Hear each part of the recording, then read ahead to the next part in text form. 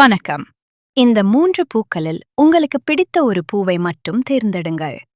உங்கள் ஆளுமையைப் பற்றி நீங்கள் அறியாத ஒரு ரகசியத்தை இது சொல்லும்.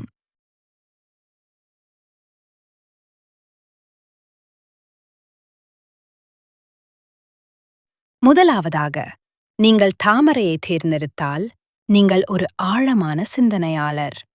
சேற்றில் இருந்தாலும் தன் அழகை தொலைக்காத தாமரை போல, எவ்வளவு பெரிய கஷ்டம் வந்தாலும் உங்கள் தனித்துவத்தை நீங்கள் இழக்க மாட்டீர்கள். நீங்கள் ஒரு சிறந்த அமைதி விரும்பி. தேவையற்ற விவாதங்களை தவிர்த்து உங்கள் இலக்கை நோக்கியே உங்கள் பயணம் இருக்கும்.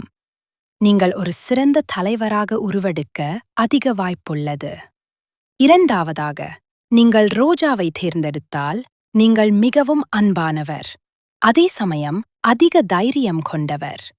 ரோஜா பூவின் அழகு அதன் மென்மையில் இருந்தாலும் அதை காக்க முட்கள் இருப்பது போல உங்களுக்கும் ஒரு வலுவான தற்காப்பு குணம் உண்டு.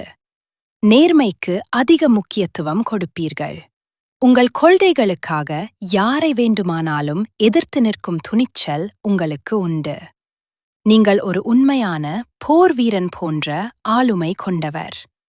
மூன்றாவதாக, நீங்கள் மல்லிகையை தேர்ந்தெடுத்தால் நீங்கள் செல்லும் இடமெல்லாம் நேர்மறை எண்ணங்களை பரப்புவீர்கள். மல்லிகையின் வாசம் எப்படி சூழலையே மாற்றுகிறதோ அதேபோல உங்கள் வருகை மற்றவர்களுக்கு மகிழ்ச்சியை தரும். மற்றவர்களின் உணர்வுகளுக்கு அதிக மதிப்பளிப்பீர்கள். எளிமையான வாழ்க்கையை விரும்புபவர் நீங்கள்.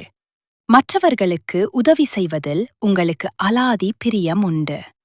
நீங்கள் ஒரு தூய்மையான மற்றும் மென்மையான மனம் கொண்டவர். நீங்கள் எந்த பூவை தேர்ந்தெடுத்தீர்கள்? அந்த விளக்கம் உங்கள் குணத்திற்கு சரியாக இருக்கிறதா என்று மறக்காமல் கமெண்டில் சொல்லுங்கள்.